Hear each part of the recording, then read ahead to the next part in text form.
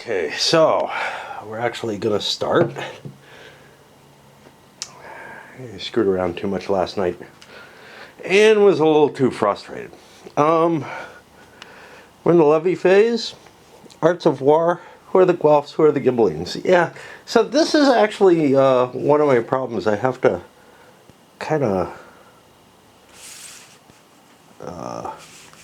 think about this. Firenze is going to be the Guelphs. So I've got them first. This is actually helpful. Last time I had the Christians who had to draw first. We're going to draw Arts of War cards, but because this is the first turn of the scenario, they're just capabilities. I guess I get to look at both of them. Alright. Trebuchet, capabilities are at the bottom. Trebuchets, this lord unrouted at... So, what you'd want is, if this lord is unrouted, right, all these extra words, but this lord unrouted at Storm or Sally, where 3 to 4 siege reduces enemy siege work or walls -1. I don't think this creates a table or a token or anything. It's just an effect for combat. An army reserve. Firenze, Arezzo, and Lucca Cavalieri in battle. Melee strike ×2 from round 3 on.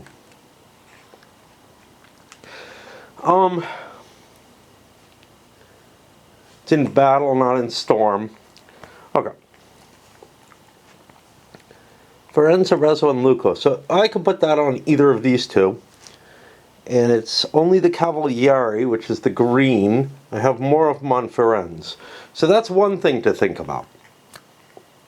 The other is what my plan is, right? I don't think I'm going to do a call to arms and start a total war yet. What I want to do is I want to try to gain control of these areas that are no longer supporting me. However, that's not a trivial thing to do, because I'm not able to storm those locations. All I can do is sort of try to siege them out and get a surrender roll. I don't want to storm them because it'll end up creating a runes marker, and because this is on this side of the line and is purple, it would end up me losing that seat and giving my opponent a half point. So actually storming cities is just bad in this game in a lot of ways. It could be okay storming opposing locations. Because of this, and because Firenze has more of those, I'm going to assign the army reserve to the Firenze. I'm probably going to need both my leaders to do this. Do I really care about the trebuchets? Well, look, this is my commander, so I'm going to assign the trebuchets there. I'll tuck those under. I'm probably going to have to combine my forces to siege this. To get a successful surrender, I kind of have to match the same number. I'm also taking a peek at my hold card, which is this surprise. Play upon besieging a stronghold where no other lord. You kind of want a couple more words there again, but there's a very limited room on cards. Place 2 siege, not 1. Sounds great. Then storm up to 3 rounds, walls -2. It could get me a couple of siege markers relatively quickly, but it's got the risk of destroying the town, and I don't want to take that. I have the possibility of adding more forces to the game before, or to the board, before I launch my attacks, and I don't really know where they are. It's my first exploration of the game, so I don't know, but this feels like the right thing to do. I think this is going to be the place I most want to take. Although this, yeah, this is not even a seat. It's kind of less important. Let's take a look at what I guess are the Ghibellines. Well, I know are. And we draw a couple of cards there. This Lord's Siege adds marker to any size stronghold. Adds marker. Looks like a siege marker, but I'm not sure. Besieged, he can use his entire command to reduce one siege there. And that all makes sense. And then this other one, reinforced walls. Ghibelline tax may instead, I am the Ghibellines, right? May instead mark seat used walls +1, if not already marked. Remove if ruins. Okay. So this one really is going to take some interpretation. Ghibelline tax may instead mark seat used walls. Okay. So I pick a seat, or I pick a number of seats, perhaps. I think I may still need... No, this is tax, so I have to be in the location. And I get a walls +1 marker, which strengthens the city's defenses.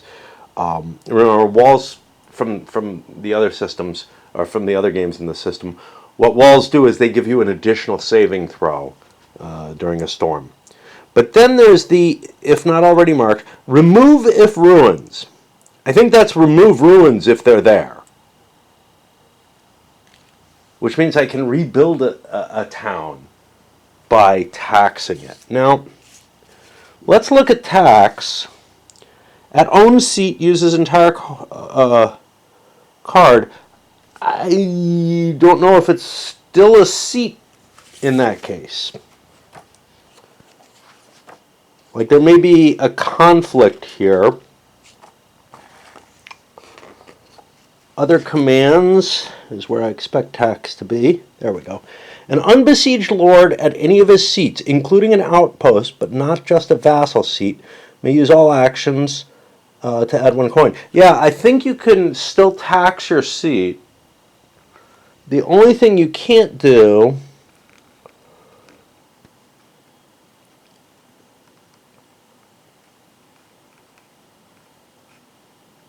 ruins and ravage do not block supply routes, but a ruined seat cannot be a source of supply. But there's no such statement here for taxing. So you can still tax your seat, you just don't have, I don't know, a collection of supplies there available to you in that case. But this would allow you to rebuild it if that was the case. All right. Going to jump away, but the next thing is... Okay, pay. We don't have to pay because all of our markers are kind of far enough advanced that we're not that worried yet. And it's not worth just bumping your guys ahead unless you're afraid you're going to lose your money or something, because that money, what might happen is you might lose a battle with someone and you might have made the wrong choice of who to advance. Disband. Nobody on either side is at or beyond their limit, so nobody's going to disband, which means we hit the muster part of the levy, which is where first the Guelphs, then the Ghibellines are going to be able to use their lordship values to either summon more troops, collect more assets. Carts, I think, are the big one, but also cards, and the other thing is to, I'm trying to think, to muster their vassals and bring additional troops into play. The Ghibellines have a similar goal to the Guelphs, really. First of all, I have less forces on the board, so I'm probably not going to be able to take much more. But also, I want to regain territories that are here. Now, each of these towns, none of these are terribly important to me. So it's much more important for Florence to gain this Poggio Stick Bonisio than it is for Siena to do anything. But Siena needs to kind of build up its capabilities as well. All right, so we look at the Guelphs and we look at what's available. First thing is the commune is not available during this phase. I could bring it in and call to arms if I want. I don't think Guido here is anything special, even though he's a Captainus Pro Ecclesiasti. I have a couple of Podestae and a Captainus. None of these are anything particularly special. That's just their title. I don't know what Poppy is here. Probably a castle. Oh, this is the guy who comes down here. Yeah. And he's kind of interesting because he's far away for, you know, these are papal troops coming in to support him. Poppy.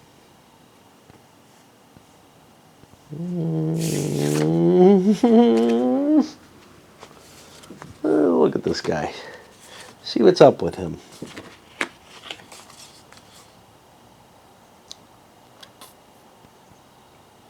Guido Guidi.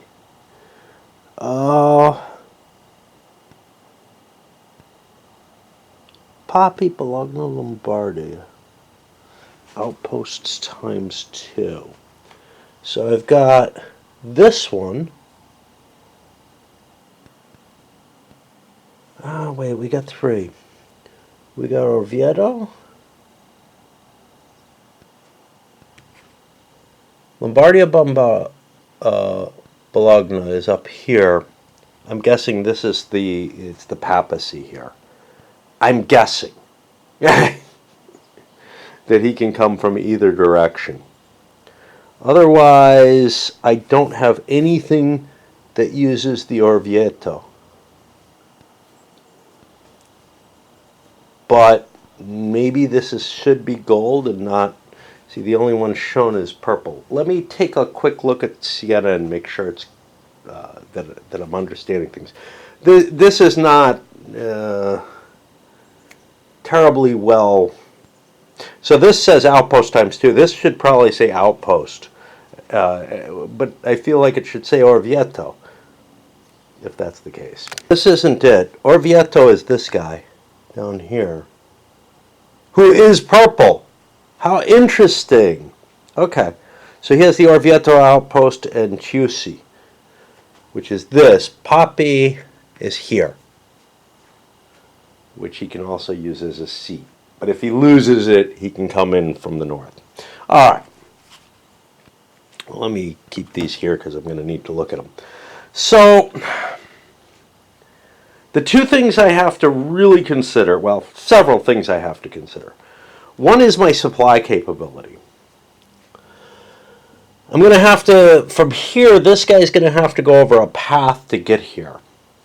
I don't even know if he can make it. I mean, it's a long way. Alright, let's think about the Firenze guy. Well, the Firenze guy needs to go over a path, and if I recall correctly, our transport movement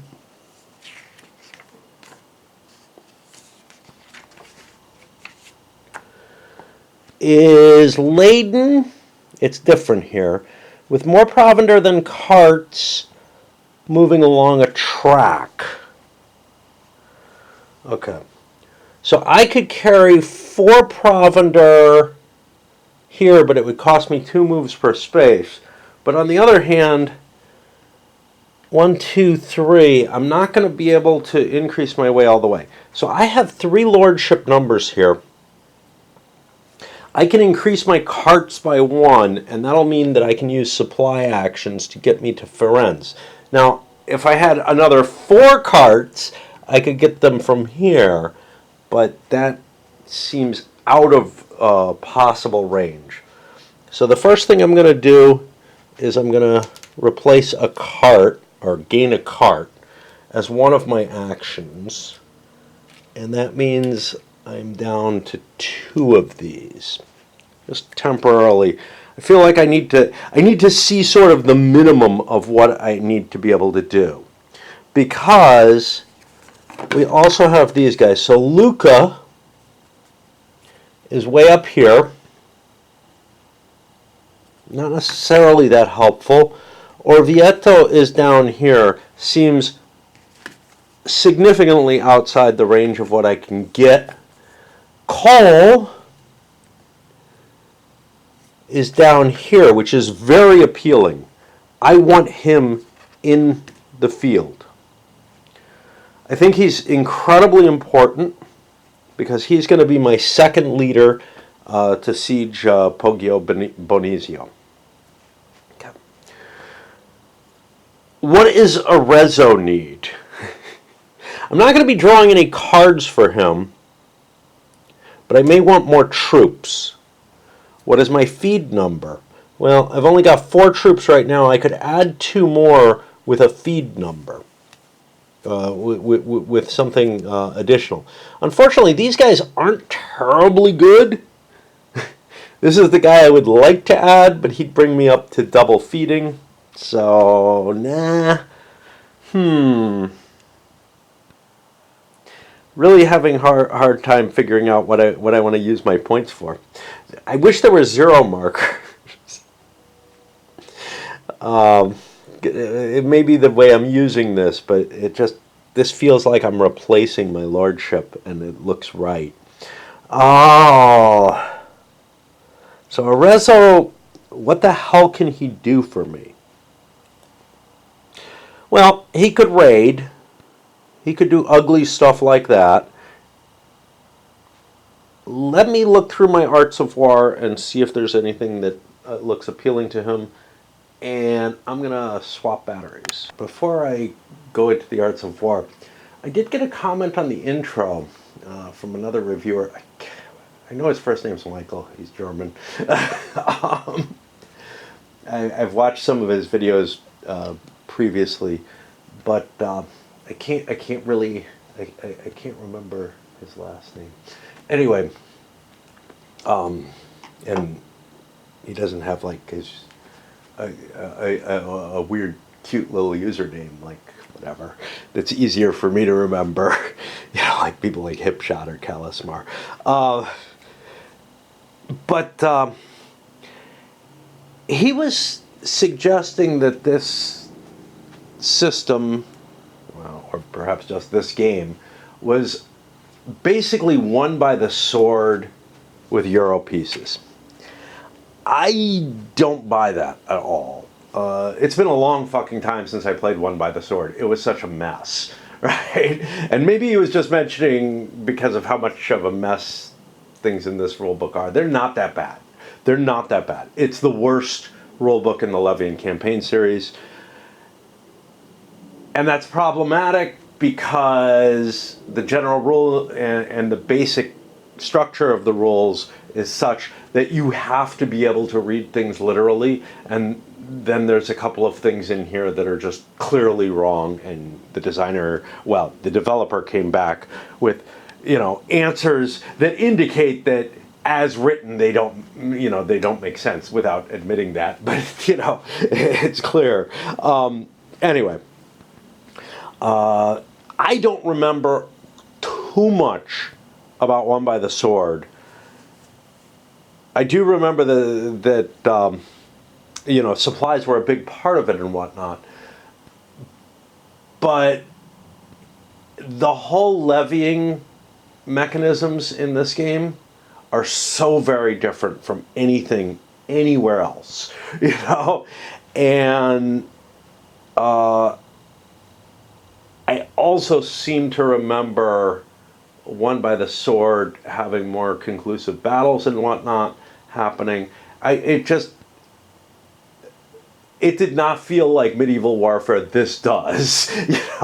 One by the Sword's not meant to be medieval warfare either. It's a later period, and I think actually does justice to what it's trying to do.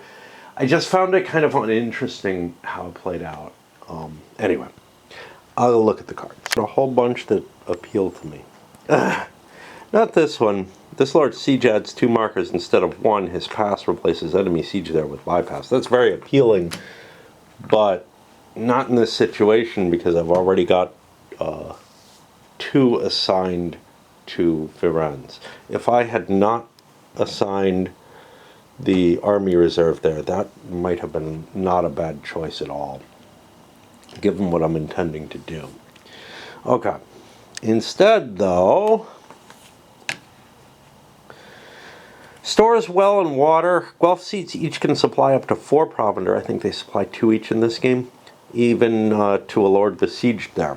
That would allow me to keep these fed in better situation. That's not going to help a Rezo, though. So again, another one that I'm not going to choose. Tau Company. Fidesz and Luca have lordship +1. Okay. That'll give me an additional point. I don't think it's applicable this turn. I think I have my points this turn. And may muster Alto Pasquio for 0 actions. Who the fuck is Alto Pasquio? There's a special rule on him. He's got to be the dude who's like this guy. He's just one little horse guy. That would help with this. So that's tempting. This is not a this lord one, so it wouldn't actually go on a single card. So that's kind of interesting. However, he's not on there. I would have to use one of Firenze's commands to bring that in. So that kind of defeats the purpose of... however, it's better than this, than either of those. So I don't know. This lord treats any horse unit as Beroviere for Ravage. I'm trying to look for Arezzo things. The Beroviere, I have to look this up. Well, I had to. If active lord has Beroviere or Gualdana horse, double that. Double what? It doubled the amount of resources you get from ravaging, which is 1 province, one provender, plus if a town or city won loot to the ravaging lord. Because I'm kind of thinking ravaging may be the best thing he can do, and Beroviere are the tan ones. I already have Beroviere.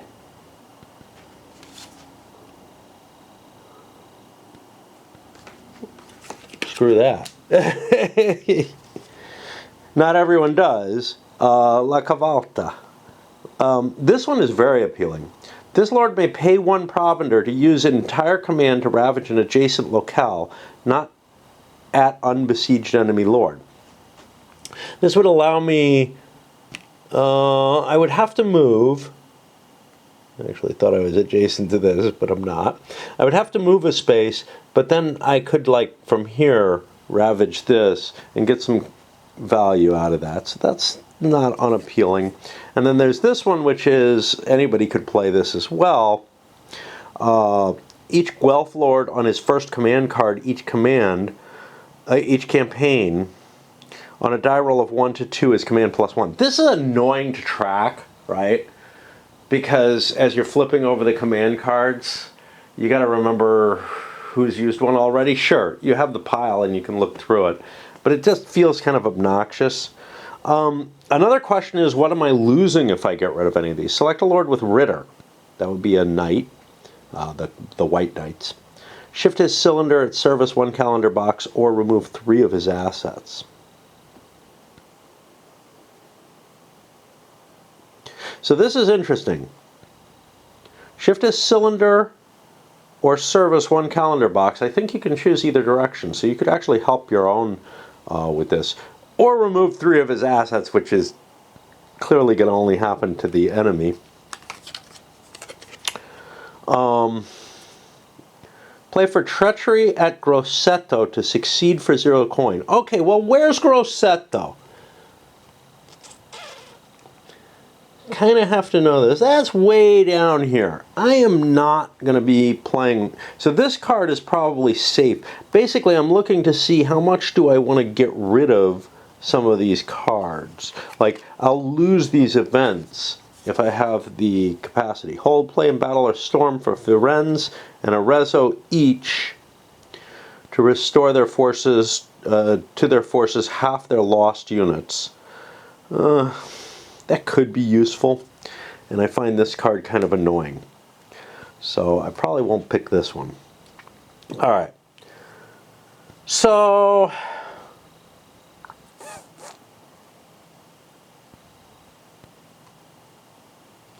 this is appealing to me. But other than that, I don't have a hell of a lot I want to do. So what I'm going to do, except pull new lords in, what I want to do is I want to find my new lords, who seem to have vaporized. There they are. All right. And I decided Colle was very important to me. So Arezzo is going to spend one of his lordship points to try to bring Colle in. I need a 4 or less on the fealty roll. I don't get it. I'm going to spend my other...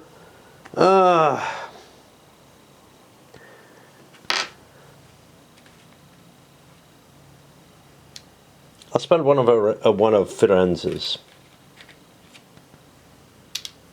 as well. I need a 4 or less. I don't get it. This is getting problematic. All right, I'll spend Firenze's last point. I don't get it.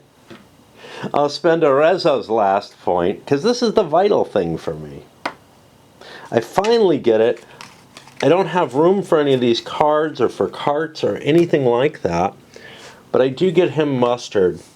He doesn't get to do an additional a levy at this point, but he does get his forces, his starting forces. Fuck me. I'm absolutely wrong. Everybody's way back on there. So this was actually, I couldn't make any of those rolls legitimately. So let's go back to where we were. He can't come in. We don't have enough support to bring other lords in. This is problematic. Okay, so let's look at what we were going to do.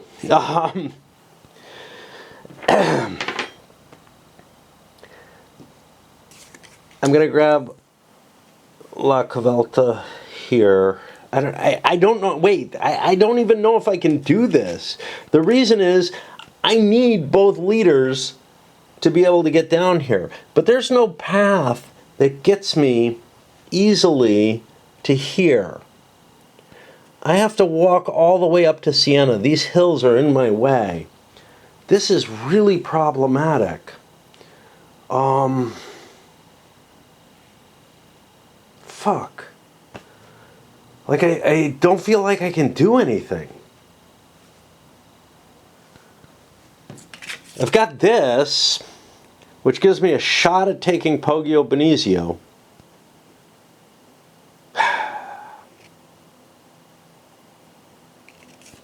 Let's look at the surrender rolls. This is... I feel like I'm... And honestly...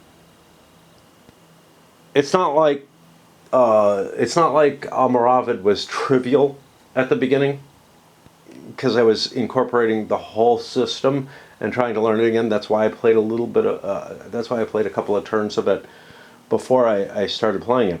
But this one's throwing me fucking curveballs that are outside the system, right? That are beyond the system. They are.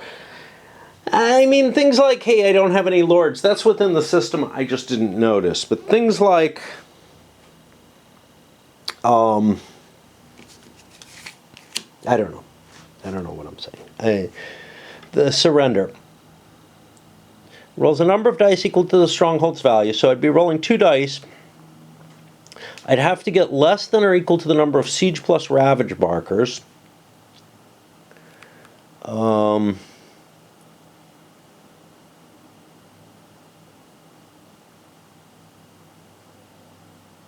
Okay, so this is interesting.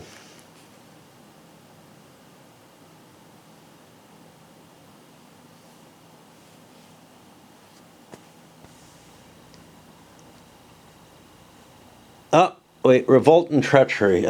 See, here's the problem. The siege works is not where it belongs. If the stronghold did not surrender, and the besieging side has at least as many lords there as the stronghold's size, add 1 to the siege marker to a maximum of 4 markers at the locale.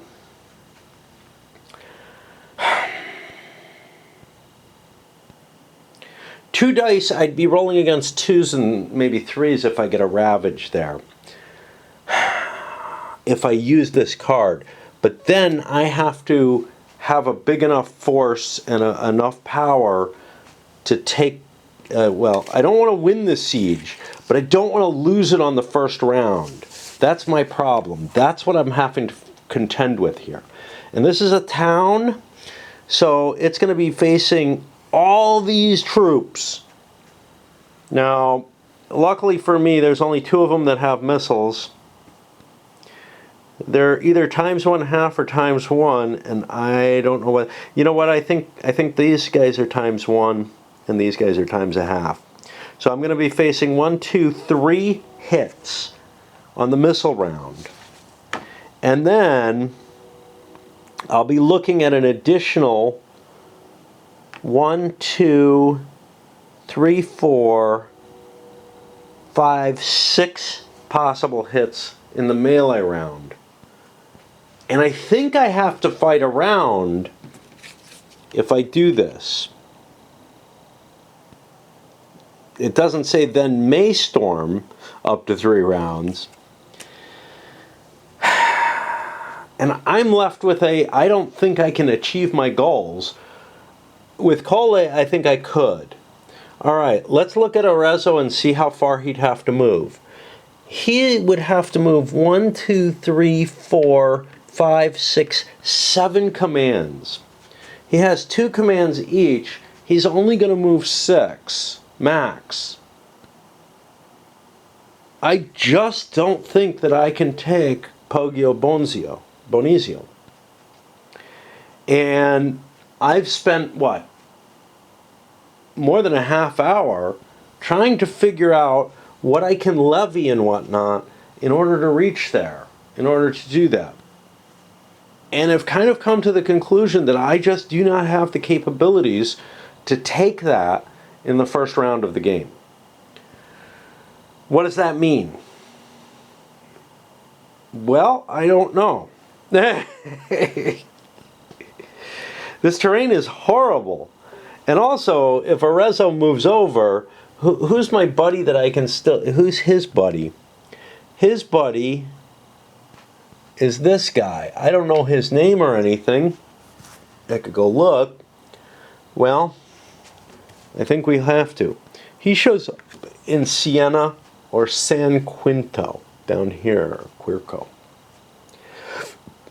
It looks to me like Siena's actually in a better shape to start taking stuff.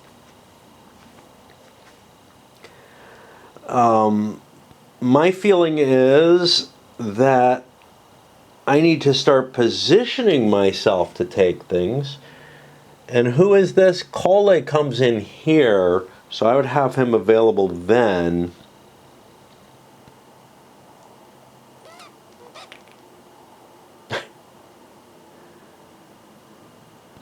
I really don't know what the hell to do with Firenze in the upcoming time. And I mean, I don't want to destroy this. That's the problem. Like this card with troops and whatnot, I would have an opportunity to destroy. I'm going to put this on hold. I can't cope.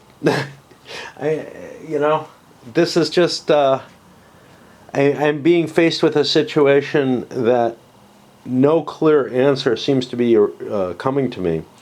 And sure, I can do some raiding and shit with Arezzo, but there's nothing I can think of doing with the Podesta of Firenze. And that's a problem.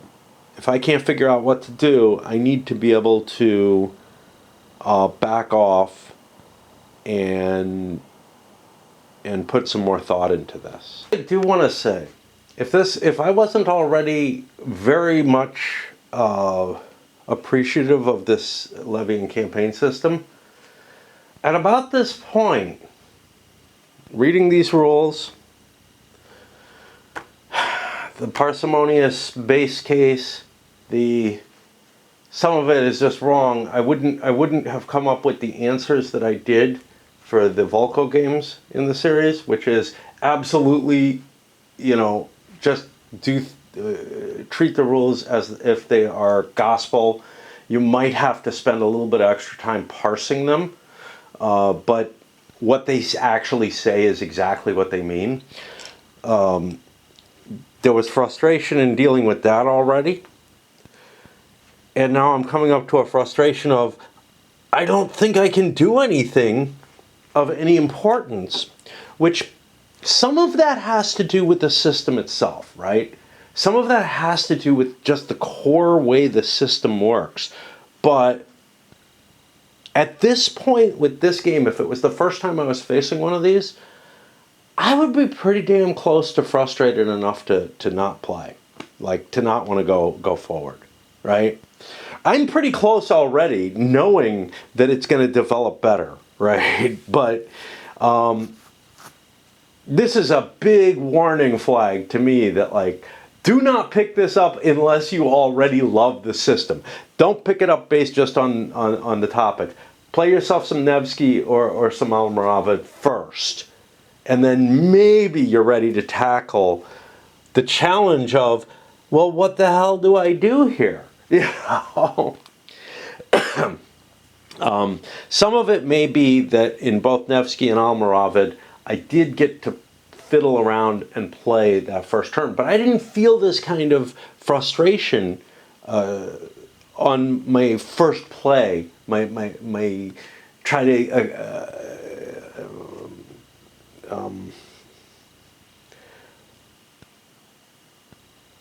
try to achieve a better familiarity with what the game's about and whatnot. And this is a huge burden where, even as, or maybe it's worse because I'm someone who thinks that they understand the system and everything, and now see the situation and I'm like, well, what the fuck am I supposed to do with my main lord at Firenze? Seriously. Now, maybe what I'm supposed to do is slide down this way and utilize both Firenze and Arezzo together. Just because this is so far from Firenze and Arezzo is just, they have to make it to Firenze to make it there. This is closer and might be something I could take. It's also less valuable. All right. I'm going to have a drink. May not come back to this today because this is really frustrating. It's after midnight. It was around 5 when I quit, right? 7-hour break. Let's come back down. Actually, it was earlier than that. Probably around 4, a little before 4. Because I did have a drink. And it was 5:15 when I was done smoking my cigar and whatnot. I must be cursed. Because Campaigns of Marlborough, this, which is really kind of rules-wise shockingly bad considering, how good Levian campaign usually is in terms of, there aren't huge amounts of errors, but but you add that to the simple fact that, like, you have to be able to trust the rules and parse them precisely the way they're set up from prior games, and now it's clear you can't. Which means now we're going to start throwing things like interpretation in. And that could go very wrong. But I'm also at the same time, and while I was having my smoke and my drink, I read through quite a bit of it, looking over the rules to Barbarians at the Gates, which is, I think from last year, a Compass game, Chris Van Beurden, who I'm not going to say I enjoyed Europe in Turmoil. I thought it was fun. It was playable.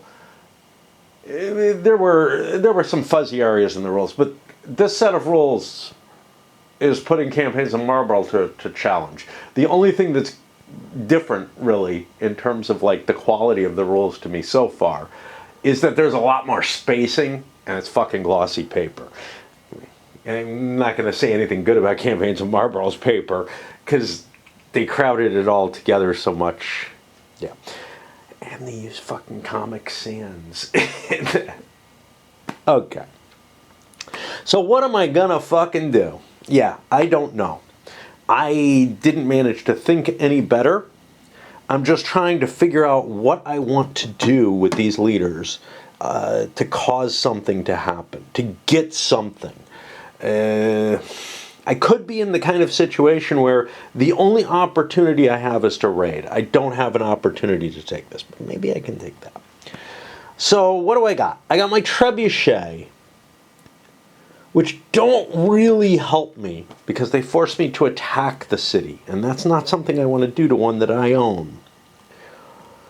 So I'm gonna just kind of play it at random because I can't do what this game is all about, at least not at this point, and come up with anything like a strategy for what I'm going to do with these two fuckers. I mean, I just really can't. Getting extra commands, that doesn't sound bad. Tau Company, more troops. What kind of troops? We looked before. We can't remember. We look again. That's this unit. It's one Italian knight. Screw that. Get rid of that one. Not interesting enough. I would have to put it with Arezzo. Actually, Arezzo is good. 2, 4, 5. Come back. Come back. Okay. Ravaging an adjacent locale. Not at unbesieged enemy lord. Not at? Really? You know, is that really the wording you'd want to use? That's straight from the other Levian campaign games, so I can't complain too much, but that's the kind of weird wording that these suckers have. Use entire command to ravage adjacent locale, not at enemy, an unbesieged enemy lord. You'd want containing or something like that, but again, not much room. Containing, can't fit that, gotta use at. And it's because they're crowding two things on one card, whatever. And, you know, I mean, they could make the print smaller, but I got enough problems with small print, so. But they use smaller print here, you know, so they could get more. They do more. Okay. So what the fuck am I doing? I don't know. Something. Nothing. Maybe. Whatcha, whatcha, whatcha. Whack, whack, whack. I mean, I really, I can't come up with a plan. I really cannot. Okay. I'm too far from the border to really count on just raiding. So let's see. 1, 2, 3, 4. How big is his commands? Their commands suck. They get 3 cards each. He's going to get to go 6. 1, 2, 3, 4, 5, 6. He'll barely make it. So let's go for this one.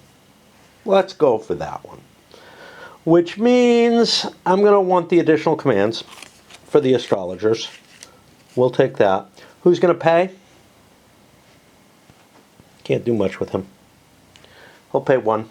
He'll pay his other 1 to muster some forces. We don't want to muster this, even though it's my best. If we're going to be sieging, we want this.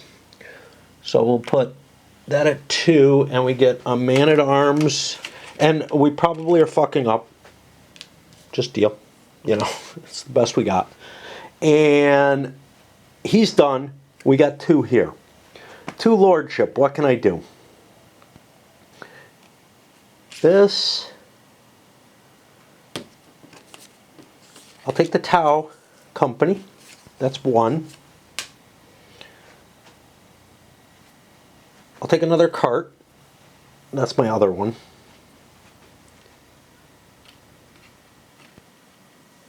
And again, I'm not calculating anything because I can't figure out a plan at all. How am I going to fucking build my command deck? I don't know. You know, I'm going to guesstimate. And I kind of feel like I had to do something similar to this in Nevsky, but I had no idea about the system. There's a reason that I said early on, hey, this is the last, you don't want to do this until you've done one of the others. Well, maybe you just don't want to do this one, because I am at a loss after having done the others. So I've spent 2, but this says, oh no, never mind. Fuck me. I got 1 left.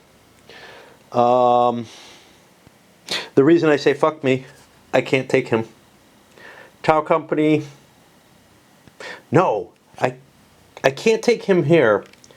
What did I spend? I spent 1 here for the cart. Okay, if I don't know what I'm saying. What am I saying? Here, I spent 1, and I mustered a unit. I can't muster the unit. Let's unmuster the unit. Fuck that. Let's muster the goddamn unit. I don't give a shit. Alright, we can't do this. I muster a cart. I'll muster another fucking cart. Because I think I'm going to be up in Firenze or something at the end of this turn. Alright, that's 1 player's levy phase. Muster part of the levy phase. Now I'll go over to Siena, who at least has someone they can call on. But I gotta look at the Arts of War deck. I gotta think about things. But he's got a place he can head to. He's got a dude he could add. Where did I decide dude was? Dude's down here or here. How useful. I can set up with the same place that I'm in and move together as a commander. So screw it. I want my subordinate there. So I'm going to start rolling. I'm not even going to look at the Arts of War yet. Because, honestly, until I get the commander, I don't really want any capabilities. They're going to be capabilities down here. Alright, 1 to 3, or 1 to 5. I get them on the first one. That means I got 2 points left. Put this here. And I can put these away because I can't take anyone else except through the call to arms, which again, I don't really want to do. I might want to do it if Florence comes close enough to Siena that they're kind of a threat. Siena might want to do it to try to push them away. If they need to respond, they may all go back home, or they have a divided force. But anyway, so now I do look at the Arts of War. I can't take any for myself. Chances are I'm going to just take some cards. And I also set him up with some interesting choices, one of which I'm going to complain about. At least one, but Ghibelline Castle garrisons replace their militia with crossbow ×1 Armagera. If I'm going to be attacked, that could be useful. I don't know how big a deal it is. I'm assuming they're Ghibelline as long as they rate with them. The Stones and Well Water, which gives the extra provender for supply actions, very, very attractive. I'm going to be close. I'm going to be able to do significant supply actions. How many places does Siena have? It has Siena and Asian Luga. Where's Asian Lugi? It's over here. So from here, that's going to cost me 1. I don't count to there. 2, 3 resources. But I can do a good pull-in from from here. Manfredi. Ghibelline lords except Pisa start at any lord seat, not vassal seat, that is friendly. Command +1. Okay, so this is a case of that kind of wording where, again, you got to try to figure out what the fuck they mean. Ghibelline lords except Pisa start at any lord seat. Okay, that sounds cool. I can start at any lord seat. No, That is a prerequisite. There's no way it tells you that, except there's the not vassal seat, but still. But it's that the effect is friendly command +1. So if you start at any lord seat, not vassal seat, doesn't say, and this is troublesome, doesn't say that it has to be a friendly lord seat. Okay. Gotta look this one up. I don't have much hope. I really don't. So that's 2 we're going to have to look up, because the next one, we've already had a question. I believe it showed up in the rules. But we're going to look for Ghibelline Manfredi. All Ghibelline except Pisa, yeah. Tip, command +1 means that a lord with command rating 2 instead could take 3 command actions for this card. This command applies for that lord's entire command card, regardless of whether the lord ends up still at a friendly seat. Okay, that still at a friendly seat is starting to lend to me that it had to start at a friendly seat. It doesn't say friendly seat, it says any lord seat. And we can read the history and see if anything's here. It's the King of Sicily. This is not going to help us. Served under Conrad IV, but then tried to take the crown, the Sicilian crown, on Conrad's death. A diet ended up electing him as emperor. Alexander IV excommunicates him. A papal army entered his kingdom, but he fought it off and was crowned King of Sicily. He further strengthened his position at the betrothal of his daughter Constance to the Infante of Aragon. He also campaigned as protector of the Italian Ghibellines. Manfred asserted himself also in Lombardy and especially in Tuscany. Reports of Bellini, and then we go to some quotes. Okay, none of that helps me. It would be really easy if you're going to put cryptic text on the things to give further information, but I already knew from Almoravid that I wasn't going to find these kind of answers. If it's not in the tips section, forget it. And the tip section helps a little bit. And the key part here is regardless of whether the lord ends up still at a friendly lord seat. So I think they just left something off of here. I didn't find anything this painful in Almoravid.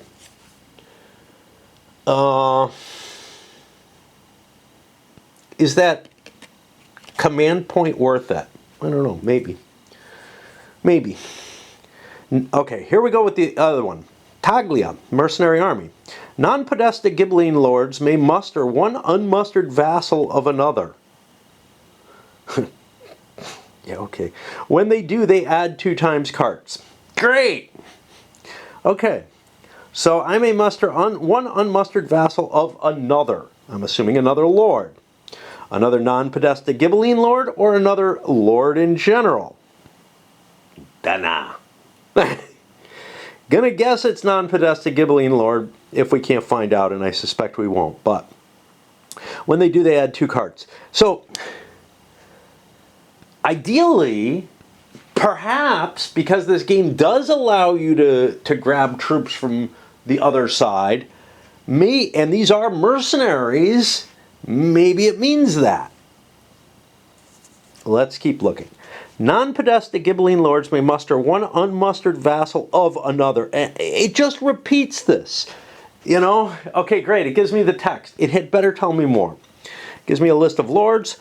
Tips. With Taglia in play, Giordino, Astemberg, Provenzo, and Santa Fiora each could muster 1 vassal to their own forces along with 2 cards each. Okay, these are the Ghibelline leaders, along with 2 cards each, otherwise following the normal vassal muster rules. The vassals could be those of any other of those 4 lords. Okay, it does actually do it perfectly. That was unexpected. So this would allow me to muster forces from one of the other lords in that list. One of the other non-Podesta Ghibelline lords. Is that desirable? I don't know. You know, I can muster my own forces, and that's pretty cool. I would have to spend this and later muster with him. I'm going to go hold off on that. What kind of supplies am I going to need? Good question. This is the only guy I can add troops with, and he is a Podesta, so he couldn't use that card right away, so it doesn't seem terribly worth it. I will grab this because I think it's valuable. Now the problem is I don't have a lot of troops, but I don't think I need troops as badly as the Guelphs do. But what I do need is quicker supply. And so we're going to raise up to a third card. Okay. Call to arms. If a side Canada opts to call to arms, okay. Well, we would hope that it gave us how we would call to arms. We'd also, we do have that. We have a number here. We have to zoom in real close to see it because our eyes can't see that. I'm actually quite positive in terms of having found answers within here. Yes, one of them I had to interpret, but okay, 3.5. Hope that's a pretty small section. Call to arms. Lower score by 4, drew a war event, played a treasuries event. I couldn't do a call to arms even if I wanted to. Cool. All right. So we skip down to the campaign. We're going to flip this sucker over, and we are going to pause. It is really tough to try to figure out what the fuck you want to do. I thought I had a goal. I was stymied from it. Now what are the Guelphs? The Ghibellines, I honestly, I feel like I went through them and came up with something, and I think I'm perfectly fine. The Guelphs are a lot harder. I don't know what I'm fucking doing with them. I threw shit together. I assembled my force, but I honestly don't have a really good idea of what these guys are up to. And here's the thing, I can't be stuck outside here sieging this, okay? Or this for that matter. Because I will need, well, next turn I can't levy anything anyway. But presumably I'll want to levy, right? And that's one of the things you have to keep in mind in this game. There might be turns where you just don't do much, and this may be the case here. And it's a hard thing to take into mind, especially on the first turn of the game. But in Almoravid, I had turns where the Muslims basically said, there ain't much for us to do. We'll just tax. It's not an unreasonable choice to build up through multiple levy segments to the point where you can operate. And it could just be the beginning of this campaign is such that the Guelphs are not in a position to actually do much. Or maybe I'm wrong. We have a strategy section, which I read, of course, but such things don't really stick to me. Okay, great. We got the deadly sins here.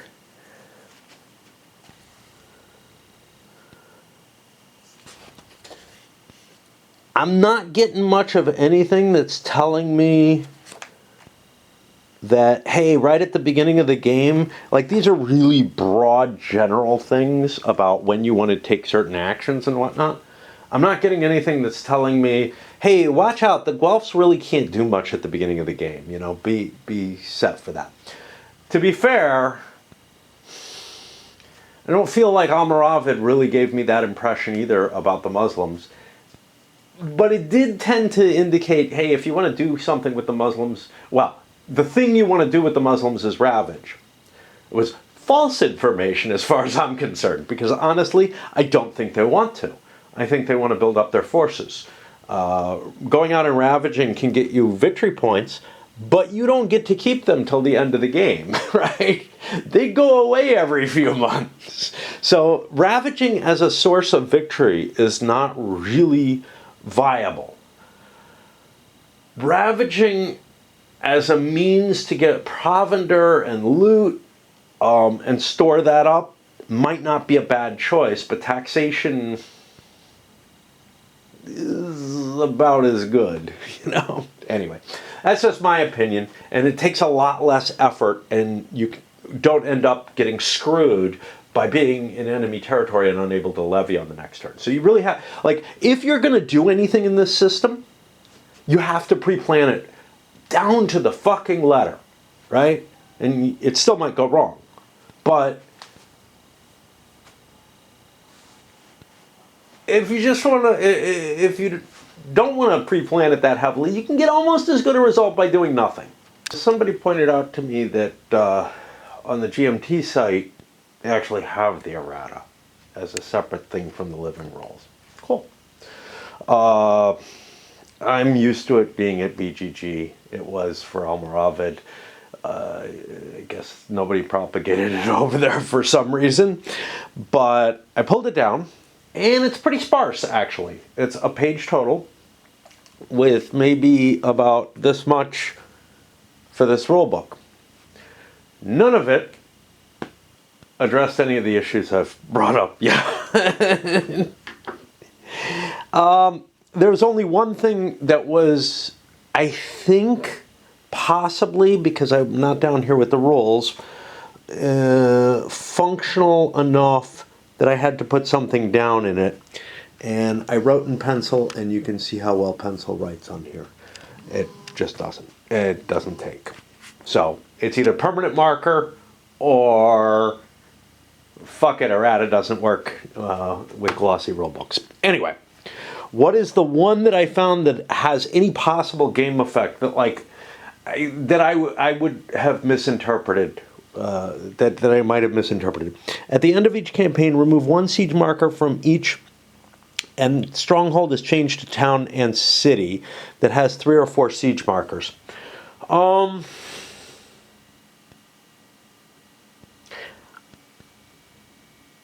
I think that has an effect. I'm not positive, because basically the question is whether or not castles can ever get to 3 or 4 siege markers.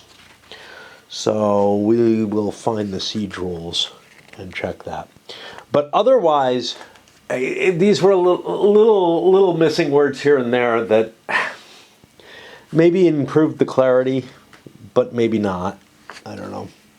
They just, I had the rules in front of me, and each one I looked up, I'm like, yeah, that's pretty fucking obvious. Okay, what do we got here? How do you get siege markers? If a siege locale has no besieged lords, the besieging player can roll for surrender, and then we find after revolt and treachery for some stupid reason, which looks like a new rule, right? Siege works if the stronghold did not surrender, including because the besieger declined to roll, and the besieging side has at least as many lords as this. Yeah, okay. So this is actually functionally different, which is to say that castles will not be repaired. Okay. I'm not that worried. I'm more worried about me, and it's written correctly here. Excellent. So the player aid has it right anyway. Chances of me looking in the rules are very, very low on that, so no loss there. But yeah, there does happen to be a set of, there does happen to be an errata page. Came out in April. I kind of guess that errata gets incorporated into the living rules at the same time. So without like some kind of general effort to improve the rules, we're not going to see an errata come out. Unlike some other games where, you know, errata would just be posted online one at a time or whatever. But there might be stuff over on Consim World or someplace that is being kind of like a tracking of the living rules additions that are being made. I've seen that done on BGG in certain games. There isn't anything equivalent on BGG, and that's fine. What's out there right now is still not sufficient to answer the problems that I've had. Okay, so it's time to plan for the campaign phase. And yeah, I'm taking this really slowly. I'm running away and doing other stuff as much as possible in the sense of like, just because this is such a frustrating experience. It may pick up. That kind of thing can happen. I may get a grasp of what the fuck the game is about in a way that so far I really don't. It's hard to remember how Nevsky was, but Almoravid I felt like I understood, you know, right away. I know that I had to work a little harder on Nevsky, but the mechanisms were less familiar then. Okay, anyway. So I get 6 cards. Everybody's together. I'm using a commander. That means I can utilize, that means I don't have a lieutenant situation that's going to be going on, right? So I can utilize cards from both. My intention was to capture one or both of these. I'm not going to capture both in one turn. And I don't know which one to go for. I can make arguments on either side. This one's easier to go for, but it's also a little bit closer to here, and this one's a little closer to there. So I'm going to kind of, well, I better roll a die now. Odd, even, which one I'm heading for. I may change my mind. All right, I'm going to head for the easier one, which is the one I was going to aim for kind of by chance anyhow. Like, just looking at the board, I was like, oh, let's go for the easier one. But then I started thinking about, well, what's the chance of this falling? Am I going to be in a threat from that?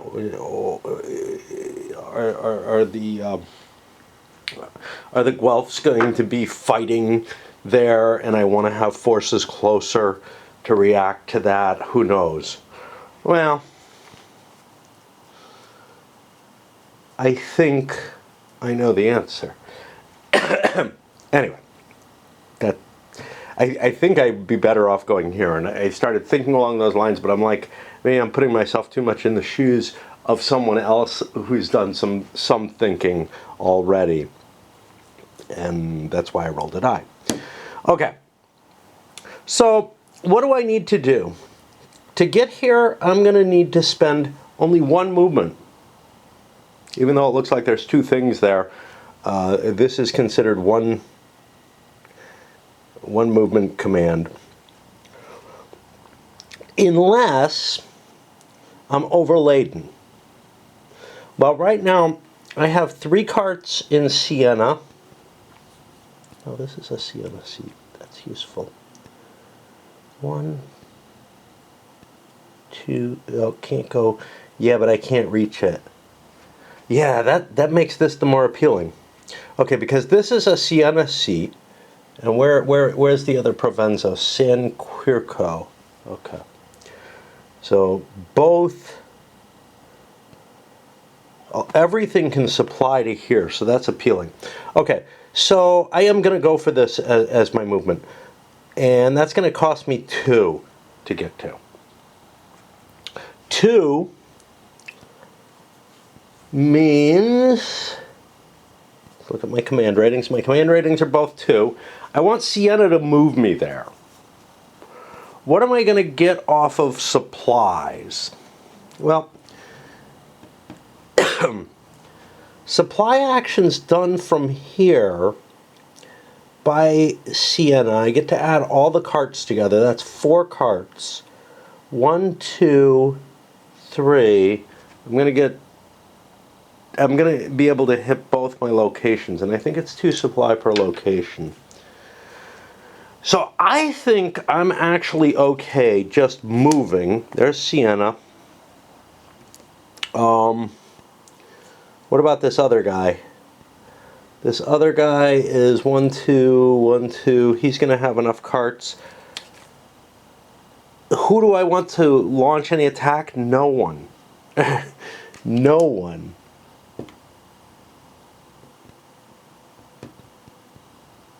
This Lord's Siege adds a marker to any size stronghold. Oh, this is especially powerful. If he had this over here, he could siege something to himself, by himself, and get the siege value up. Okay, I think I'm okay though, because I've got 2 lords, so I can do it. So I'm just gonna program like this, put a pass in there. I'll keep these in order. I think I'm probably going to be able to take the location. Now I'm going to set up for the Guelphs, and I know this is taking forever, in part because when I do go into trying to figure out the programming in advance on camera, it is just an expensive process. Of course, the other stuff that happened before, that is what it is. So in a way, the difference between the 2 sides, this card would have been very, very helpful to him. But he could not get it because Arezzo, no, he could have. Arezzo could have gotten it. Huh. Oh well. So on the other side of this? Huh. Well, I was too stupid to see it, because that card actually really would help. This is one of the things, yeah, there it is. A familiarity with what the decks do is really, really valuable. But I'm going to stick with what I'm going with. However, this card, had he chosen it for with one of Arezzo's lordship values for mustering, would have been very, very strong. And I don't know. And actually, he only had one, right? He may have, no, he had both of them, because he was alone. That's the thing, when you have a single leader at the beginning of the game, you end up having assets, capabilities that are just assigned to you, and you have no choice. What is this? Each Guelph Lord on his first command card. Okay, yeah. So I have to remember that. Oh, here I give 4 provender on each supply. Yeah, my supplies are going to be fantastic. I might be able to take both places if I'm, or take one and move to the other. But yeah, this is the one I want to go for. Now, on this side, what was my plan? My plan was to gather together, and we take a look. 1, 2, 3, 4, 5, 6, well, 7. I have 7 cards. Arezzo and Monteverci are together. And for Firenze, we have Firenze, Prato, and Poggio Benizio. Prato's up here. They're not that far apart. This is 1, 2, 3, 4, 5, 6, 7. So getting both together would work. So the key to that is to bring Arezzo up. And he has to go first. Arezzo has 2 lordship. He could use 1 to gather supplies, and that'll get him overladen, but that's okay. He's riding on a big road, so he'll be overladen. Because I actually think I can take this. It's just going to be slower than the other guys because the supplies and whatnot are richer. So he spends one of his commands to laden himself, then he gets here. Then he feeds. I spend another... Honestly, I'd be better off collecting up food the whole time. So maybe what I'd be best with, because, see, I'm going to collect up 2 food per. Plus, I have the problem, I don't know how many commands I have because I took this stupid card. Okay, so I grab, let's say I just move. Let's say I just move. 1, 2. Now I grab food. I have 4 carts. I can reach both of these. So I should have enough food. And that gives me 1 more move to here. But I might be here. This is the whole problem. That's the astrologer's card problem. So I'm going to go with a Rezo once more. I might be collecting enough food up for Ferenz to move. I'm going to put a Ferenz in play. I'll stick my pass in here. I need a pass because you only have 3 cards for each player. And then I'll set my deck. I'm not really comfortable with this setup. And part of it is this card is going to cause me real issues. Real issues. Shouldn't have taken it. Definitely should have taken this. Oh well. Alright. So we've done our setups. Let's look what we have here. We stacked the cards. We do have 7 cards this round. Yeah.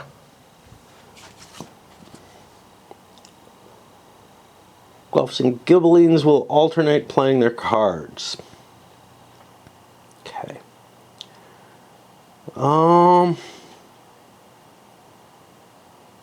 We have no treachery in the deck. I gotta keep the treachery in mind because it's like, it's something that just gets triggered. You know, sometimes the revolts just get triggered and addition of treachery cards just gets triggered. Obviously, nothing's happened of importance to do that yet. Okay, so let's look at the first card. We get a Sienna. Okay. What was my plan? Well, in general, I like to grab food. So Sienna has 4 carts available. He gets to share them. He has this, though, that up to 4 provender each seat. Now, normally, this is what I wanted to make sure of. Normally, supply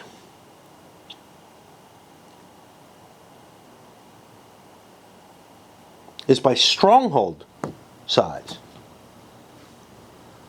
Okay, so it's actually not 2 versus 4. It's here it would be 3, and here it would be 2 versus 4. I think it's worth moving first. So I have only 2 commands. I'll go 1, 2. I lay siege. I can do that for free. And with the number of commands each leader has, I'm looking. Do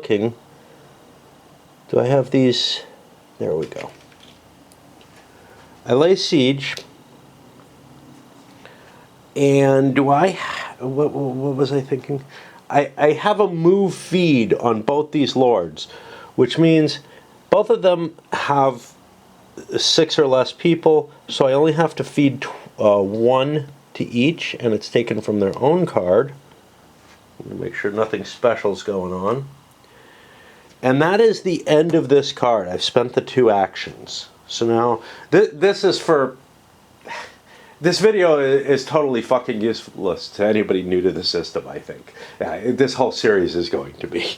Just because of the initial video to begin with. But, yeah. Alright. We're going to take a break so I can have a pipe lit, and then we'll move on to the Guelphs and do their first card. These first turns are going to be much, much slower. I'm going to go into more details.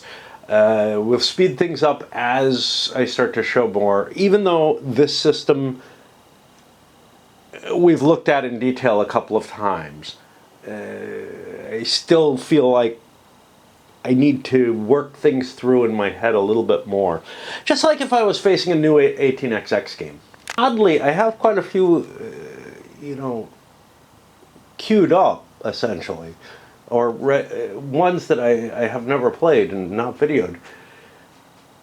Yet, I'm not having a lot of desire to play 18XX right now. And I'd rather save them for when I really, really want to. Alright, so we have an Arezzo first. Who's Arezzo? He's over there. We had decided, well, first thing we do is we roll a die. On a 1 or a 2,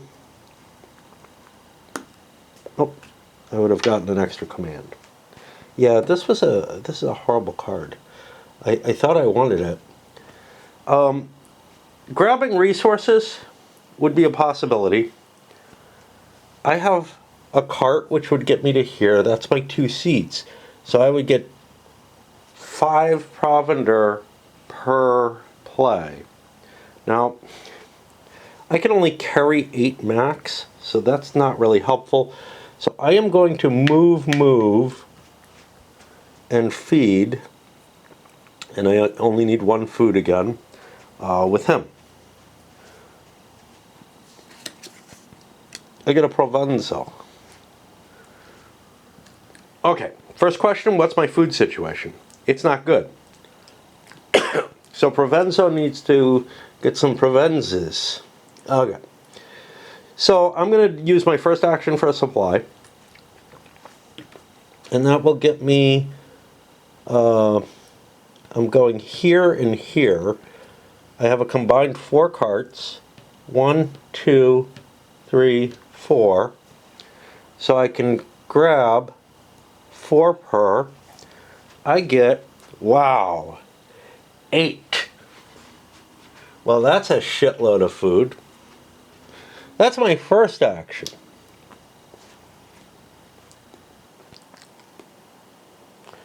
With that kind of provisioning around, and I can't do a siege action here, right? That uses the entire card. With that kind of food around, I don't know what to do. I could ravage. This is my territory. That could end up staying there the whole damn game if I'm not careful.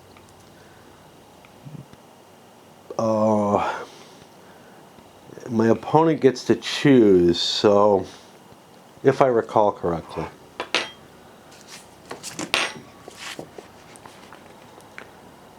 Reduce enemy ravage markers to half. Yeah, so I'd rather not do that because I don't know what else to do though.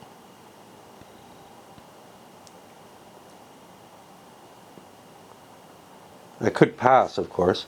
Or I can supply again and grab 8 more provisions.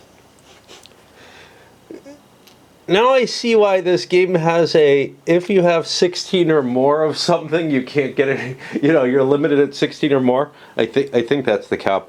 I didn't think that was possible, from the previous games. Man supply is easy in this one. Okay. We get another Arezzo. I have enough food to get where I'm going. But is it a good idea? No. I think I would like to grab food if I can. So, well, 4 carts from here. 1, 2, 3, yeah. Actually, I'd be at 7 carts. 1, 2, 3, 4. What's my next card? It's another Arezzo.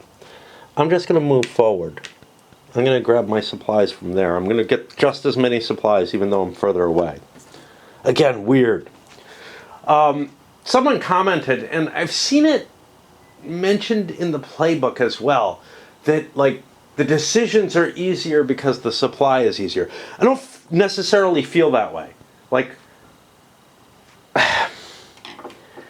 it's not like an OCS game where, oh, I just have infinite quantities of supply, I'll send infinite quantities everywhere. You still have to do the same kind of calculations. You still don't want to waste actions and whatnot. It's just the numbers are different. You have to make different decisions. Okay. but I guess if you're less likely to get fucked, like you're more likely to get saved. All right, we have Sienna here. Sienna has the War Engineers, which would be useful, but I don't really need it because I have 2 lords here. So I'm going to take a siege action, and we again look for those siege markers, which are hiding behind my cop. Now, part of me would like to ravage. Oh, first we have a surrender check. Now, I believe, let's see if it's here. If no lords inside, may roll dice. If all dice's size, if all dice are equal to or less than the siege plus ravage markers. This is why I'd want to ravage, to improve my chances. So I'm going to roll 2 dice. If I get a pair of 1s, I win. And then I get to place a siege marker. And then I have to feed. And that is no problem whatsoever. But one of the provender has to come off Sienna while he has one. And the other goes there. Okay. Yet another Arezzo. It's time to collect our food. 1, 2, 3, and 4. Because I've got 7 carts, Arezzo is able to collect 5 food.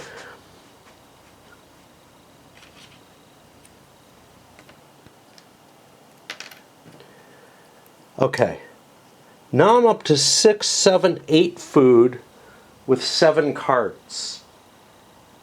I'm going to do that again because once again I don't have much I can do to get 7 more food. Or was it 7? 5 more food. So another 4 and 5. And now I have 8, 9, 10, 11, 12, 13, which I can carry. So I'm all good. I use both my commands. We shift over. We get a Provenzo. Or Provenzano. We're going to siege again. Look at all that food. We got no problems. This time it's 2 dice looking for 1s or 2s. Not enough, but we're able to keep putting siege markers down. Yay! Now this is a town, so if we don't get them all, they lose. If we don't take it, we lose a siege marker at the end. That takes feeding. Nothing too exciting happening here, but I want to cover. And the game does feel different from the others. For one thing, I can siege things more easily, I guess. We get over here. Firenze. I've got a lot of food. I got 2 commands. I get to roll a die because of this. 1 or 2, I get an extra command. Nope. And now I use my martial capability 1, 2 to get to here. We move feed 1, 2, 3, 4, 5, 6. 1, 2, 3, 4, 5. I'd be using feed times 2s if I had them. So each person has to feed once. And you can see lots of food. Okay. Back over. We pass. Back over. How about that? Sienna's up again. Another siege action. 2 dice. 1 through 3 now. We win. Time to look up rules, because we just took a town, and that's going to change everything. Like all kinds of, yeah, that's going to bring treachery and whatnot into play. Let me mark these guys moved feed, because we're going to have to look at some stuff. It's kind of funny. I was looking through the BGG comments on the game. And you know, it's always kind of a weird thing.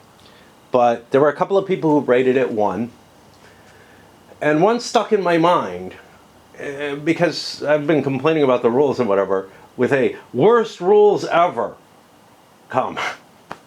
Kind of like, wow, you've led a sheltered fucking life. I mean, look, these are hard.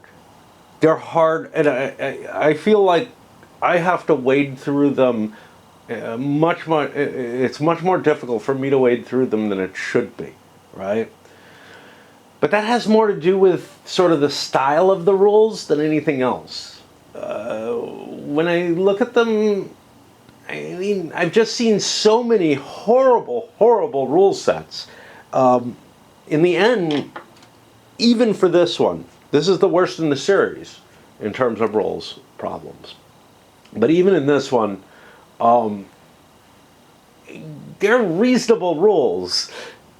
Take a look at what I just did with Marlboro. You know, I'm trying to figure out what kind of game, what kind of games you're used to, because like the rules to Euros are fucking horrible compared to most war games, and definitely these are not.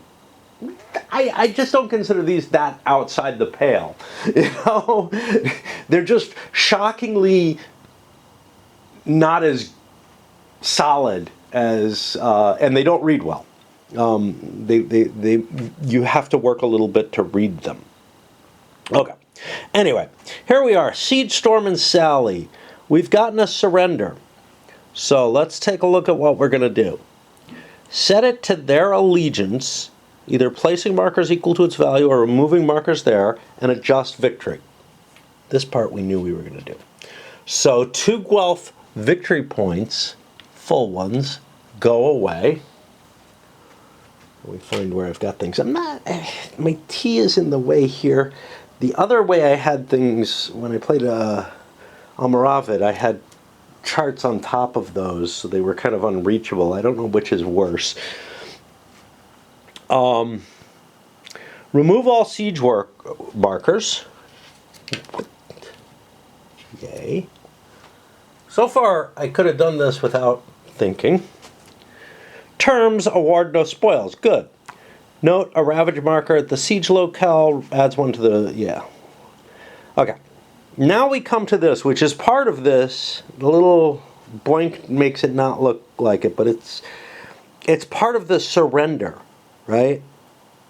It's not part of, I don't know, siege as a whole. It's like, did you surrender or did you not? No. So here's what's going on. Siege goes to surrender.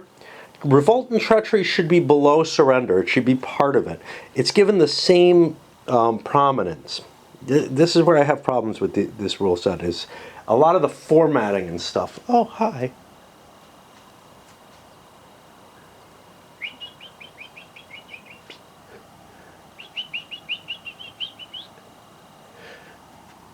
Lots of friends.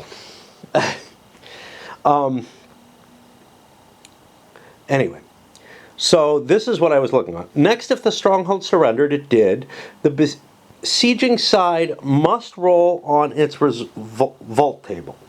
Now, we've gotten an answer there. Its revolt table is the revolt table with the other side's name on it. So it's not the revolt against Ghibellines, which is what I would assume is its revolt table. It is over here. How many times? A number of times equal to the sacked stronghold's value. So twice I'm going to roll on this. And I get a 2-6. Cole revolts. Okay, what does that mean? Well, we don't know. Because we don't remember the revolt rolls very well. I think it just changes hands. But this is a big deal, because remember, Cole was the person we most wanted to bring in. Now he has another seat and whatnot.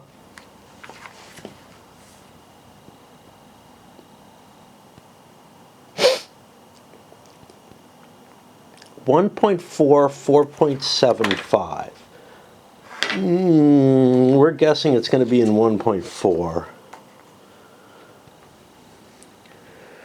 When the result names a locale, if the locale is currently enemy to the rolling side but not eligible for a revolt, an enemy lord is there, or it's adjacent, or it is ruined. None of those are the case. If it names an enemy stronghold that is eligible, it is.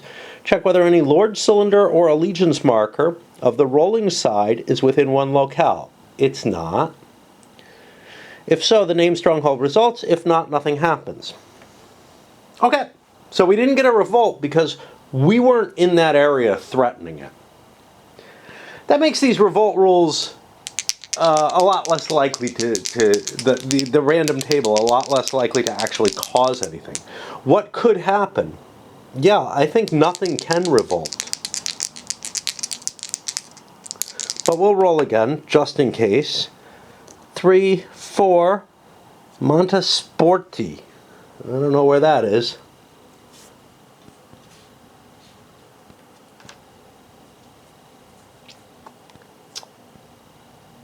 A lot of these Montes. That doesn't help me. It's a castle. Okay, so stop looking at towns. It's a tiny little location. Montesporti. I am pretty sure... There it is.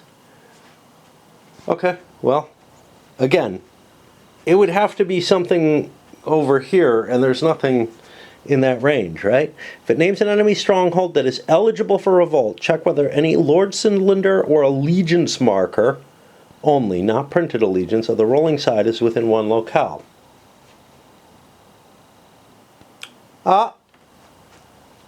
Allegiance marker? I believe so. I believe so. So Colle actually does, and Montesporti does. Okay, let's make sure. Yep, those are allegiance markers. Okay, so both actually revolt. So let's keep going. Check whether if the rolling side is within 1. If so, the stronghold revolts. 1.4.4. All right.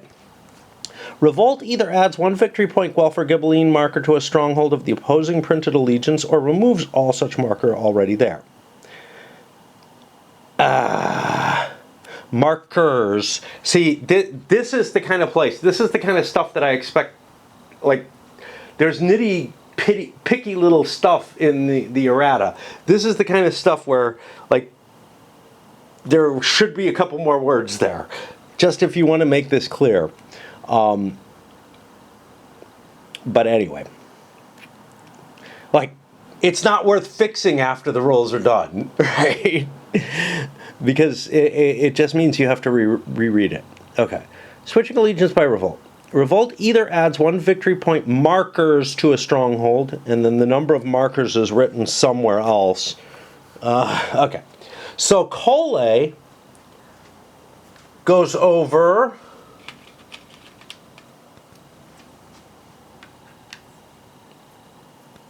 to the Ghibellines.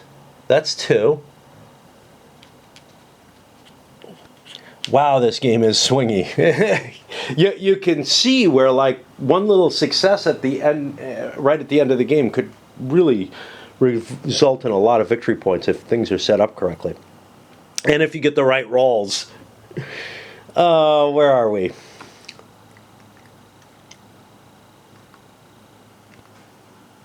Okay, and then this Montespatoli. Wow, we got really unlucky there. Is going to switch over as well. And that's a point. Now, that doesn't take anything away from the Guelphs.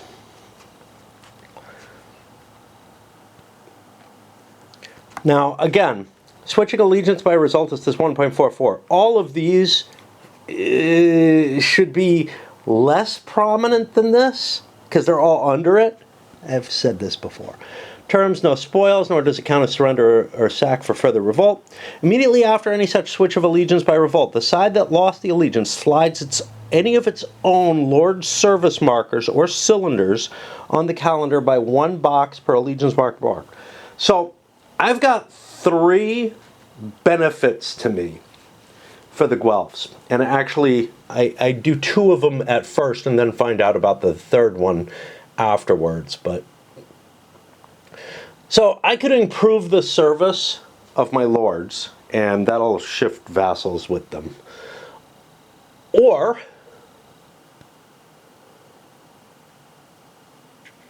one, I want him back pretty badly. Moving him here doesn't really help me, but he'll be available next turn.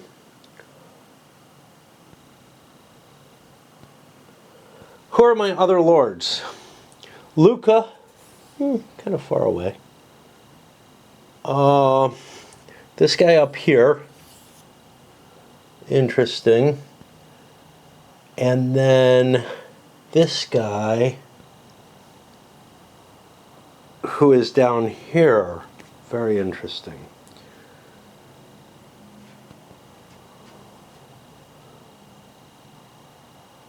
I think I'll focus on this guy. 1, 2. Okay.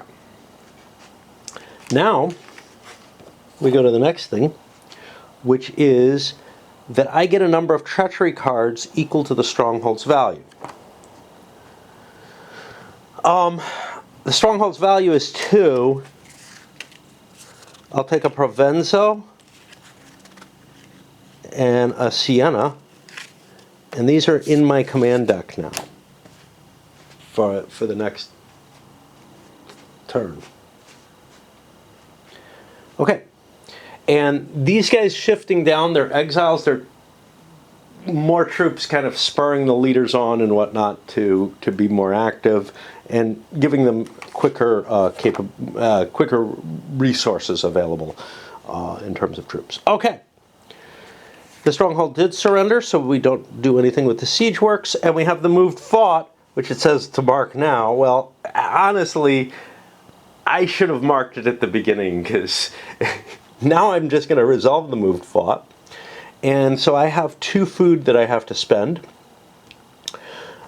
He has none, so we take it all from Provenzano. This goes away.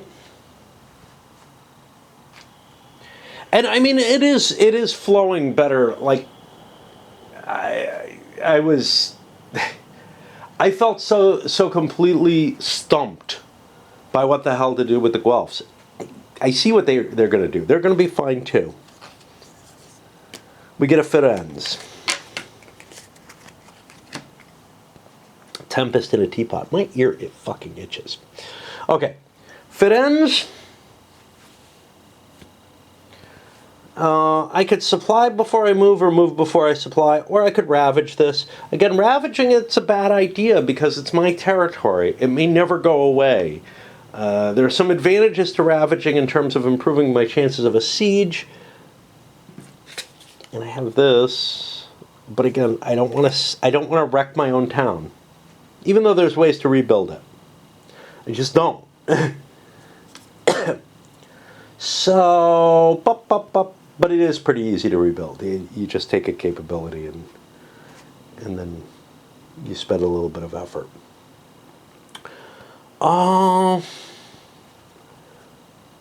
However, my plans, my troops aren't very big. So, do we move before we grab? It makes sense to grab resources before we move. That's always wiser, because if we move first, we either get a siege marker or a bypass marker, and then we have to encamp to siege, which will take another action. So we grab our food first. Who is this? It's Firenze. He's grabbing from up here. He has enough people. Looks to me like he gets 5 provender. Now I quickly check to see if I can carry all this. I have 7. And oh, good lord. 6, 10, 16. I can't carry all my food. I gotta dump a couple.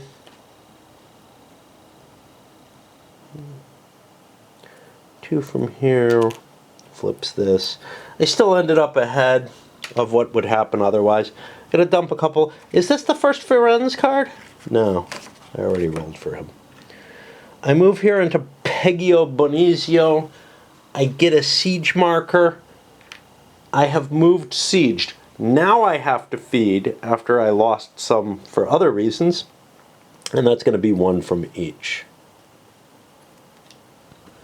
And we should be at 12.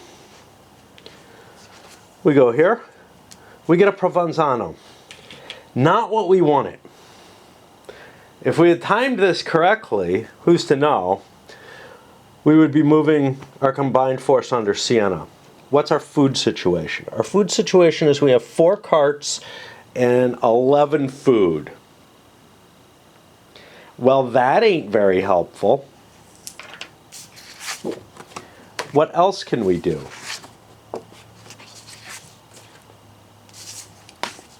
We could march, get away, start the siege early.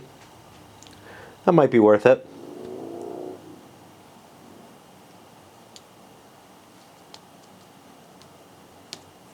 Okay.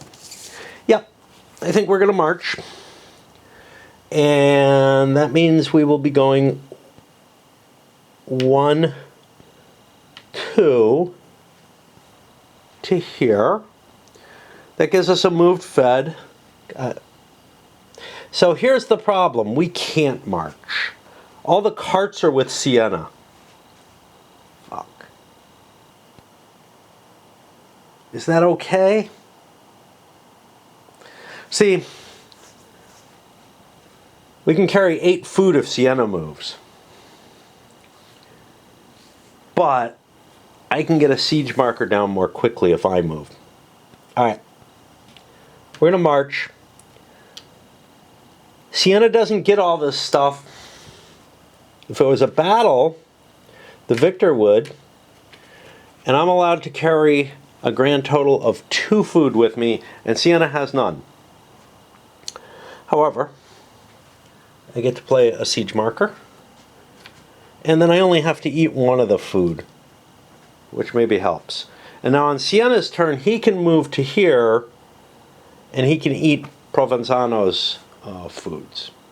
Okay. Last card of the turn is another Firenze. We have plenty of food. We have a siege marker. We have trebuchets, which aren't going to help, unfortunately. I could storm, but I'm really not built for it. So I'm going to roll 2 dice looking for 1s. I don't get 1s. I must get 1s, not just 1 1. I get a siege marker. It's only 2 siege, I'm fine. I gotta eat.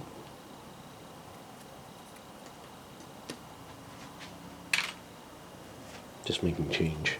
It wasn't exchanging food between them. They're allowed to share, but okay. And then we go to the end of the campaign. Is it the last day of spring or autumn? No.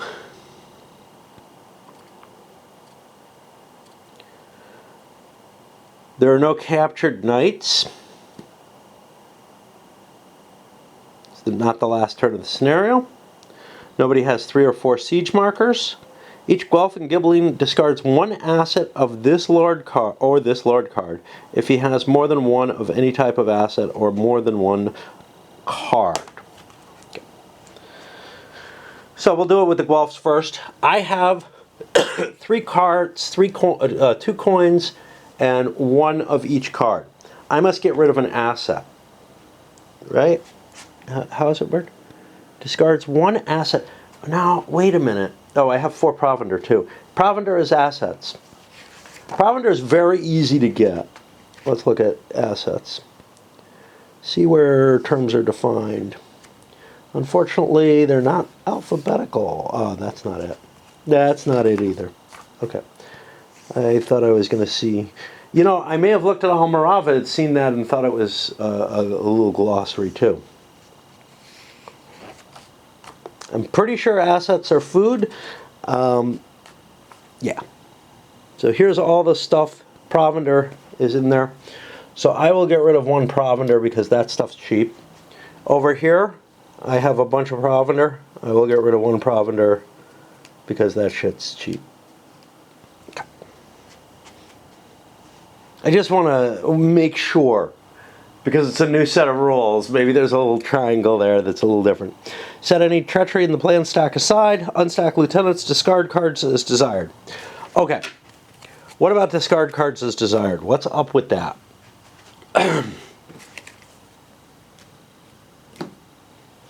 That means I could get rid of some of these if I don't like them.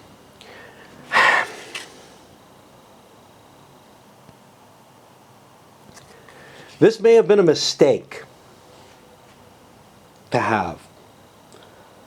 I went out of my way and grabbed it. These others I'm good with. I want them. Odd, I just throw that away. I don't like it. Nah, we'll keep it. I mean, I'm really not sure. It certainly was a mistake to pick. This is all good. Nobody's discarding any of their cards. Any of their capabilities. Oh, you could also discard one of these. This is a big deal because I might want the Siege Towers card. But there may be another one in there. That's something that is also in play there. So we are done. We go to the levy for turn 2. And we're going to load this up. Again, apologies for how I'm muddling through. Just like with the rules, I feel like I struggled a lot more with this than I did with Almoravid. You know, if I had played a turn beforehand, I would have grasped the differences that so stymied me. But they stymied me more than anything in Almoravid did when I first played. Right? I'm not going to say the same of Nevsky, not just because I don't remember it, but because I actually do remember struggling really hard with the core concepts of the game, of the system, right?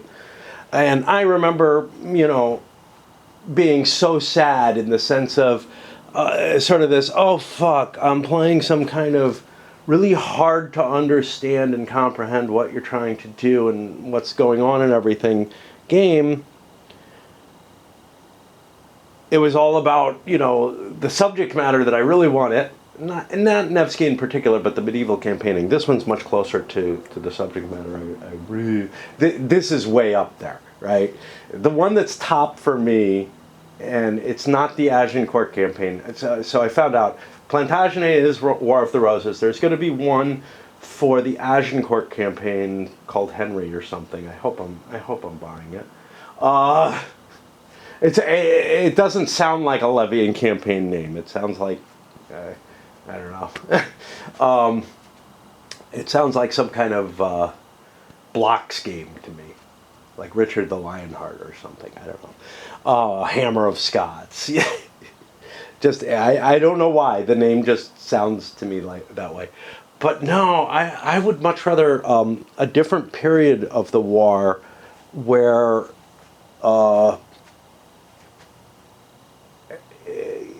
things are happening more in Aquitaine, I think, and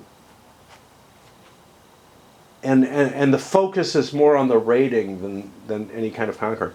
I have to say, Agincourt doesn't sound bad either, you know, but it would probably be closer to around here. I'm just really curious to one that's focused more on the raiding, as the focus of the campaign, because when Henry went to the continent, that was kind of a big deal. I'll also be curious to see what the impacts of moving this over to the Near East would be. Anyway, there was something else I wanted to say. Something about. I get so fucking distracted, don't I? Like, where I started this camera shot, I had something else that was supposed to branch off of it, and I completely fucking forgot what that is. Oh, yeah.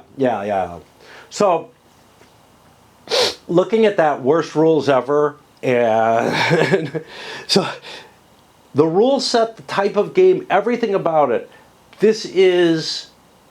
The Levian Campaign series is very different from anything else I've ever seen. Okay? Won by the sword or not comment. It is very different from anything I've seen. And it requires a different mindset and a different approach than almost any other kind of game that's out there. In a lot of ways. This is the worst of the three that are out to choose as your first game. The rules issues will resolve themselves eventually. I honestly feel like they can be figured out by reason, although I have one about the captured knights. someone's arguing with me, and I have to look at his argument. Someone's arguing that, no, I probably made the wrong choice with what I decided, that both sides should be able to take captives. I have to look at his argument, because definitely not the case if a side routes. Like, it should not be able to take captives. Generally prisoners would be lost in those circumstances. Yeah, I'm not saying every knight would not be captured, but again, we'll get to it when I read the rule, basically. Again, once I'm faced with it. But this is definitely not the starter game. Almoravid might be. It's got Taifa politics, which isn't that hard. I didn't feel like the supplies were as hard. Everybody who comments to me on Nevsky, like, comparing, or a couple of people have commented comparing this to Nevsky, and seem to think that the supplies in Nevsky are so much more complex and so much more painful to deal with. So Almoravid might be the best first game.